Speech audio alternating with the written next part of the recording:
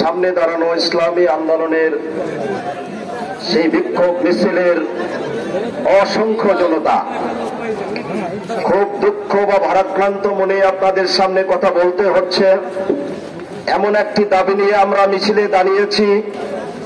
দেশ সারা পৃথিবীর দ্বিতীয় বৃহত্তম মুসলিম দেশ। এই দেশের সংবিধানে লেখা আছে বিসমিল্লাহির রহমানির রহিম, ধর্ম নিরপেক্ষতা মুছে ফেলে সর্বশক্তিমান আল্লাহর উপরে পূর্ণ আস্থা স্থাপনকে সবকিছুর মূল ভিত্তি বলে সংবিধানে উল্লেখ করা হয়েছে। অথচ বাংলাদেশের ভূখণ্ডে পবিত্র গ্রন্থ আল কোরআনের যে সমস্ত জায়গায় রাজনীতি, অর্থনীতি, সমাজ ব্যবস্থা, আইন ব্যবস্থা, সুদ, ঘুষ, মদ, জুয়া, জেনাবা বিচারের বিরুদ্ধে নিরন্তর সংগ্রামের কথা বলা হয়েছে, সেগুলো আজকে আমাদেরকে বলতে দেওয়া হয় না।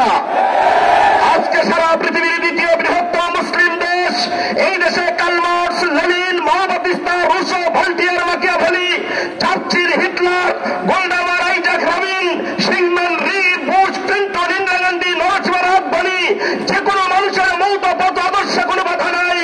একটি মানুষের আদর্শই বাধা, বিশ্বনবী হযরত মুহাম্মদ রাসূলুল্লাহ জন্য। আমরা আজকে এই মিছিলে বলতে চাই, আমরা হুদাইবিয়ার সন্ধির ইতিহাস ভুলে যাইনি। 1400 সাহাবা সে সিদ্ধান্ত নিয়েছেন, আজকে আমরা বাংলাদেশে সেই সিদ্ধান্তের দিকে আগাতে পারি। আমাদের ভাইকে যদি মুক্তি দেওয়া না হয়, আমাদের নিবন্ধনকে যদি ফিরিয়ে দেওয়া না হয়, হুদাইবিয়ার সন্ধির মধ্যে আমরা সিদ্ধান্ত নেব ইনশাআল্লাহ। এই আশা ব্যক্ত রেখে এই সকলকে ধন্যবাদ জানিয়ে আমি আমার কথাকে শেষ করছি। আসসালামু আলাইকুম ওয়া রাহমাতুল্লাহ।